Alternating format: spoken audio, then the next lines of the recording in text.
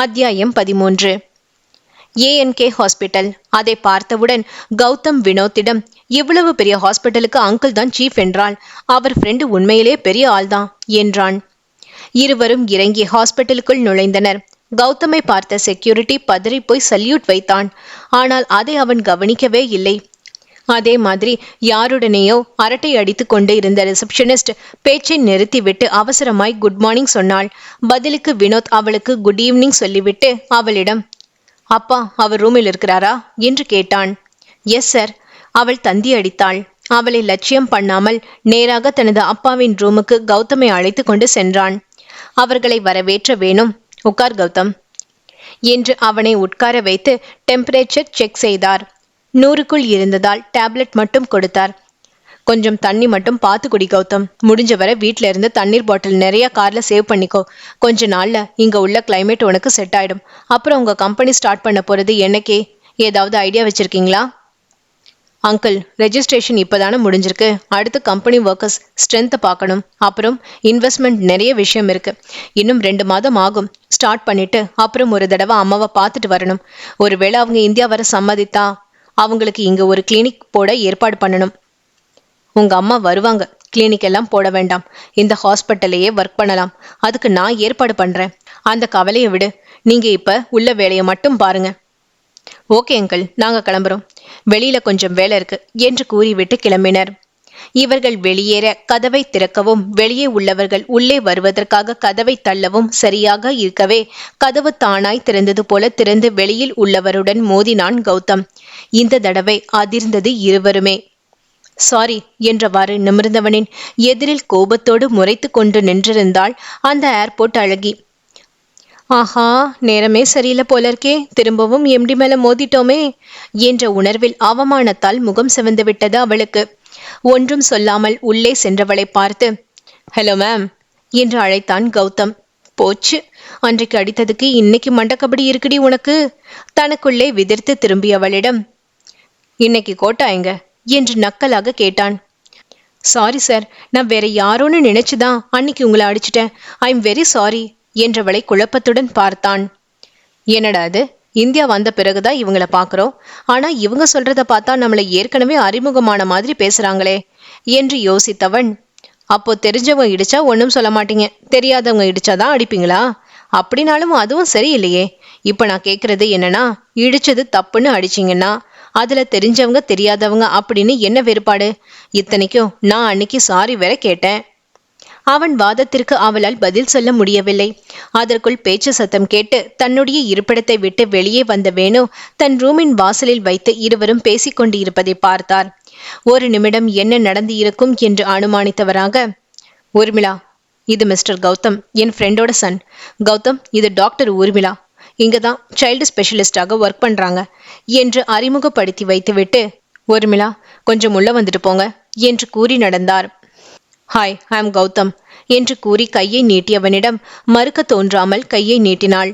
கையை பிடித்து குலுக்கியவன், நல்ல வேலை, என் இன்னொரு கண்ணம் தப்பிச்சது என்று குறும்பாக கூறி கண் சிமிட்டினான். அவளுக்கு கோபம் வந்தாலும் காட்ட முடியாமல், சீஃப் டாக்டருக்கு தெரிஞ்சவன், எதற்கு தேவையில்லாத வம்பு என்று நினைத்து கொண்டு வெடுக்கென்று கையை இழுத்து கொண்டு உள்ளே மறைத்தாள். அவள் சென்றதும், பா என்ன ஒரு கோபம் என்று நினைத்தவன் கூடவே அவள் கையின் மென்மையும் உணர்ந்தான். அதற்குள் அங்குள்ள மெடிக்கலில் டேப்லெட் வாங்க போய் இருந்த வினோத்தும் வரவே இருவரும் வீடு திரும்பினர். உள்ளே சென்ற ஊர்மிளாவிடம் வேணு, ஊர்மிளா, நீங்க எனக்கு ஒரு ப்ராமிஸ் பண்ணணும் என்றார். ஒன்றும் புரியாமல் விழித்தவளிடம், நீங்க கௌதம பற்றி எங்கேயும் பேசக்கூடாது, முக்கியமா நம்ம ஹாஸ்பிட்டல்ல வேலை பார்க்குறவங்க கிட்ட என்றார். ஏன் சார், சொல்லாட்டா நான் கன்ஃபியூஸ் ஆன மாதிரி எல்லாரும் ஆயிடுவாங்களே. இல்ல, அவனுக்கு கொஞ்சம் ஃபீவரிஷாக இருக்குதுன்னு காட்டுதான் இங்க வந்தா. மற்றபடி அவனுக்கு இங்க வர வேலை இல்லை. ஸோ இன்னைக்கு அவனை பார்த்து எல்லாரும் என்ன நினைச்சாங்களோ அப்படியே இருக்கட்டும், நாம சொல்லி கெடுக்க வேண்டாம். இது என்னோட ரெக்வெஸ்ட். அன்னைக்கு உங்களோட இருந்த ஃப்ரெண்டுக்கு கூட நீங்க சொல்ல வேண்டாம், காரணமாகத்தான் சொல்றேன் என்றார். ஊர்மிளாவுக்கு டாக்டர் வேணுவை நன்றாக தெரியும். எதையும் ஆராய்ந்து பார்க்காமல் செய்யக்கூடியவர் இல்லை. எனவே சரி என சொன்னாள். அவள் சென்றதும் வாட்ஸ்அப் காலில் பிரபாவை அழைத்தவர் நல விசாரிப்புக்கு பின் கௌதமுக்கு ஃபீவர் என்பதை கூறினார். என்ன வேணும், எப்படி? இங்குள்ள கிளைமேட் சேஞ்ச், அப்புறம் என்னதான் இருந்தாலும் அம்மாவை தேடாம இருக்குமா? கொஞ்சம் ஹோம்சிக் வேற இருக்கும்னு நினைக்கிறேன் என்றான். இதுக்கு தான் அங்க போக வேண்டாம்னு என்றேன், கேட்டானா என்று சலித்தவளை, இதுக்கே இப்படி சொல்ற? ஒருவேளை அவன் இங்கே இருக்கும் சூழல் ஏற்பட்டதுனா என்று முடிக்காமல் நிறுத்தினார். அது எப்படி? அவன் இங்கதானே வளர்ந்தான், அவனால இந்த நாட்டை மறக்க முடியாது என்றவளிடம், அது எப்படி? நீ இந்தியால தான் பிறந்து வளர்ந்த, நீ மறக்கலையா என்றார்.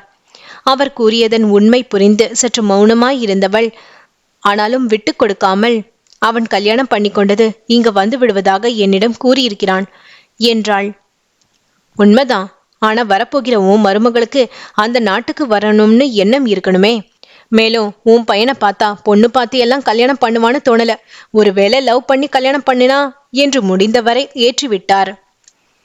குழம்பி போய், நான் இப்ப என்ன பண்றது என்று கேட்டவளிடம், இல்ல எனக்கு தோணுனதா சொன்னேன், இதையெல்லாம் மனசுல வச்சுக்காம நீ தூங்கு, நாளைக்கு பேசுறேன். ஒன்றும் அறியாதது போல போனை வைத்தார். அங்கு போனை வைத்த பிரபாவின் நிலைமை மிகுந்த குழப்பத்தில் இருந்தது. கொஞ்ச நேரம் அப்படியே இருந்தவள் மகனுக்கு அழைத்தாள்.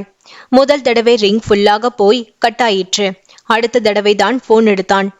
என்னடா கௌதம், உடம்புக்கு என்ன? ஃபீவரா? டேப்லெட் போட்டியா? இப்ப எப்படி இருக்கு? ஏன் என்கிட்ட சொல்லல? கேள்விகளை அடுக்கினாள். அம்மா, சாதாரண ஃபீவர் தான். அங்கிள் பார்த்துட்டு டேப்லெட் கொடுத்துட்டார். ஆன்டி கஞ்சி வச்சு கொடுத்தாங்க. இதுக்கு ஏமா இத்தனை கவலை? ஐ எம் நார்மல்மா, ப்ளீஸ் கூல். அம்மாவை சமாதானப்படுத்தினான்.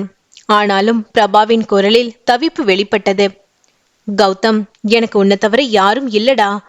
உனக்கு ஃபீவர்னு அங்கிள் சொன்னதும் என்னால கவலைப்படாம இருக்க முடியல. நீ எதுக்குடா அங்க போய் இருந்துகிட்டு? பேசாம இங்க வா, இங்க உள்ள பிசினஸ் மட்டும் போதும் என்றாள். இல்லம்மா, இங்க பிசினஸ் ஸ்டார்ட் பண்ண எல்லா வேலையும் முடிஞ்சிடுச்சு. அநேகமா நெக்ஸ்ட் மந்த் ஸ்டார்ட் பண்ணிடுவேன். அங்கிள் சன்னுக்கு எக்ஸ்பீரியன்ஸ் எதுவும் இல்லம்மா. ஸோ நாம தான் பார்க்கணும். கொஞ்சம் வருஷம் எனக்கு இங்க இருக்கலாம்னு தோணுது. நீங்க இந்தியாவை பற்றி சொன்னபோது எல்லாம் வராத உணர்வு எனக்கு இந்த நாட்டு மண்ணு மிதிச்சதும் வந்துடுச்சுமா என்றவனை இனி மாற்ற முடியாது என்று உணர்ந்தாள். கௌதம், அப்ப நானும் இந்தியா கிளம்பி வரேன். அம்மாவின் முடிவில் அவன் அதிர்ச்சி அடைந்து விட்டான். ஆனாலும் அவளிடம் சந்தோஷமாக, ஓகேமா, அங்குள்ள உங்க ஜாப் என்றவனுக்கு, ரிசைன் பண்ணிட வேண்டியதுதான் என்றாள். அம்மா, நீங்க அப்ப எல்லா வேலையும் முடிச்சுட்டு எனக்கு சொல்லுங்க. இங்க உங்களுக்கு அங்கிள் அவர் ஹாஸ்பிட்டலே ஜாயின் பண்ணிக்கலாம்னு சொல்லியிருக்கார். உங்களோட பயோடேட்டா மட்டும் எனக்கு இமெயில் பண்ணுங்க என்று முடித்தான். அவனிடம் பேசிவிட்டு போனை வைத்த பிரபாவிற்கு இந்தியா செல்ல போவது மகிழ்ச்சியை அளித்தாலும் அடுத்து என்ன நடக்குமோ என்ற கவலையும் பிடித்து கொண்டது. அவளை தேடி வந்த சாந்தா மாமி, என்ன பிரபா யோசனை என்றாள். மாமி உட்காருங்க, உங்ககிட்ட ஒரு விஷயம் சொல்லணும். நாம மெட்ராஸ் போகலாமா என்று கேட்டாள். போகலாம், ஆனா அங்க போன பிரச்சனை அப்படின்னு தானே இவ்வளவு நாள் போகாம இருந்த என்றவருக்கு, ஆமா மாமி, இத்தனை நாள் அப்படித்தான் இருந்தேன். இப்ப போக வேண்டிய கட்டாயம் வந்துடுச்சு. எனக்குன்னு இந்த உலகத்துல இருக்கிற ஒரே உறவு கௌதம் தான். அவனே இங்க வேண்டாம் அங்க இருக்கணும்னு நினைக்கிறப்ப போக வேண்டியதுதான். மேலும் அப்ப உள்ள நிலைமை வேற, இப்ப உள்ள நிலைமை வேற. அப்ப நான் தனி ஆள். ஆனா இப்ப கௌதமோட துணை இருக்கு. என்ன நடந்தாலும் நான் ஃபேஸ் பண்ணி தான் ஆகணும். வாங்க, நாம மெட்ராஸ் போயிடலாம். நீங்களும் இங்க வந்து எவ்வளவு நாள் ஆயிடுச்சு. உங்க ரிலேட்டிவ்ஸையும் நீங்க பார்க்க வேண்டாமா என்றாள். என்னை தேடுவதற்கு அங்க பெரிதா யாரும் இல்ல பிரபா. ஒரு நாள் வேணும்னா எட்டி பார்க்கலாம், அவ்வளவுதான். என் பொறுப்பை பார்த்துக்கொள்ள எனக்குன்னு யாரும் இல்ல. இப்படி பேசாதீங்கன்னு எத்தனை தடவை நான் சொல்லியிருக்கேன். எனக்கு கௌதம் எந்த அளவு முக்கியமோ அந்த அளவுக்கு நீங்களும் முக்கியம். உங்களுக்கு எல்லாமா நானும் கௌதமும் இருக்கோம். உறவோட பிறந்தாதான் உறவா? நட்பும் உறவுக்கு மேலதான். நீங்க இல்லைனா நானும் கௌதமும் இல்ல.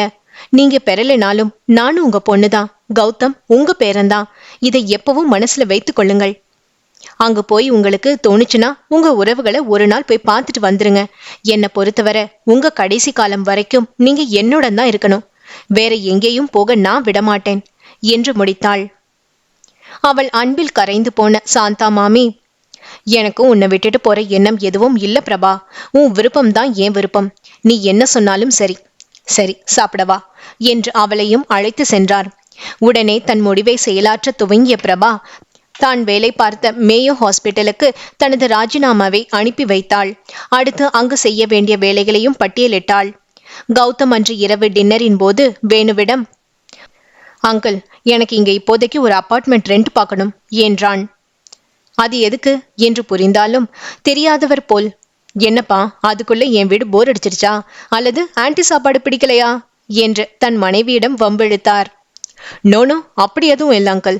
அம்மாவும் இந்தியா வரதா சொல்லிட்டாங்க. அதான் வீடு பார்க்கலாம்னு சொன்னேன். இப்போதைக்கு அபார்ட்மெண்ட் இருக்கட்டும் அங்கிள். அப்புறம் நிலைமை பார்த்து அங்குள்ள வீடு இன்னும் கொஞ்சம் ப்ராப்பர்ட்டி எல்லாம் டிஸ்போஸ் பண்ணிட்டு இங்க ஏதாவது ஒரு வீடு வாங்கிக்கலாம் என்று கூறியவனை இடையிட்டது வேணுவின் குரல். என்ன, பிரபாவும் இந்தியா வரதா சொல்லிட்டாளா? எனக்கு ரொம்ப சந்தோஷம். கௌதம், அப்ப என் ஹாஸ்பிட்டல் அவளுக்கு ஒரு கேபின் ரெடி பண்ணிடுறேன் என்று சொன்னார். அதெப்படி அங்கிள், உங்க ஃப்ரெண்டு கிட்ட கேட்க வேண்டாமா என்றவனுக்கு, அதெல்லாம் வேண்டாம். அவர் இதில் எல்லாம் தலையிடுவதில்லை. மேனேஜ்மெண்ட் எல்லாம் அவர் சன் தான் பாத்துக்கிறான். அவனும் உன்ன போலதான், நான் சொன்னா கேட்டுக்குவான் என்று மகிழ்ச்சியுடன் முடித்தார். 2 மாதங்கள் விரைந்தோடி விட்டது. கௌதம் தான் நினைத்தபடியே கம்பெனியை ரன் பண்ண வைத்து விட்டான். அதோடு அவனுக்கு பிடித்த விதமாக ஒரு அபார்ட்மெண்ட் பார்த்து அதில் வேணுவின் உதவியுடன் பால் காய்ச்சி வீட்டுக்கு தேவையான சாமான்களை செட் செய்து அம்மா வரும்போது நேரடியாக தங்கள் வீட்டிற்கு அழைத்து செல்ல ஏதுவாக ரெடி பண்ணி வைத்தான். அன்றுதான் பிரபாவும் சாந்தா மாமியும் கிளம்பி வருகிறார்கள். அவர்களை வரவேற்க கௌதமுடன் வினோத் மற்றும் வேணுவும் சென்று இருந்தனர். விமானம் தரையிறங்கி விட்டது தெரிந்து கௌதம் ஆவலாய் இருந்தான். வேணு அவனிடம், என்ன கௌதம், ரொம்ப ஆவலா இருக்க போல என்றதற்கு, ஆமாம் அங்கிள். இத்தனை வருஷத்துல இவ்வளவு நாள் தொடர்ந்து எங்க அம்மாவை பார்க்காம இருந்தது இதுதான் முதல் தடவை. I miss her a lot என்றான் உணர்ச்சி பூர்வமாக. அவனை பார்த்த வேணுவிற்கு, இத்தனை பாசம் தன் அம்மாவின் மேல் வைத்திருக்கும் இவன் எப்படி அடுத்தடுத்த இடிகளை தாங்க போகிறான் என்று மனதுக்குள் தோன்றியது. அதற்குள் செக்கிங் முடிந்து வெளியில் வந்த அம்மாவை கௌதம் விரைந்து சென்று அணைத்து கொண்டான். ஒரு நிமிடம் அவன் கண்கலங்கி முகம் சிவந்து இருந்த மகனை பார்த்த பிரபாவிற்கு தனக்கு இணையாக அவனுக்கும் தன் பிரிவை அவனை வாட்டி இருக்கிறது என்று புரிந்து கொண்டு அவன் முதுகை தடவி ஆறுதல் படுத்தினாள். அதற்குள் அருகில் வந்த வேணு தன் கையில் இருந்த பொக்கேயை கொடுத்து, வெல்கம் இந்தியா என்றார். தன்னை மீட்டு கொண்ட பிரபா அவர் கையில் இருந்து பூங்கொத்தை வாங்கி கொண்டு, தேங்க்யூ அண்ணா என்றாள். தன் தாய் நாட்டை மிதித்தவுடன் அவளுடன் அவள் பழைய நினைவுகளும் உறவுகளும் மனதில் ஒட்டி கொண்டதை அந்த ஒற்றை அழைப்பு அவருக்கு உணர்த்தியது. மனதார அதை ஏற்ற அவர், this is my son Vinod என்று அறிமுகப்படுத்தினார். வெல்கம் ஆண்டி என்று புன்னகை புரிந்தவனை தன் தோளுடன் அணைத்து தன் அன்பை வெளியிட்டாள். வீட்டுக்கு போகலாம் வாங்க என்று அழைத்த வேணுவிடம், ப்ளீஸ் இன்றைக்கு ரெஸ்ட் எடுத்துட்டு நாளைக்கு வருகிறோம் என்று கூறி கௌதமும் பிரபாவும் சாந்தாவும் கிளம்பினர்.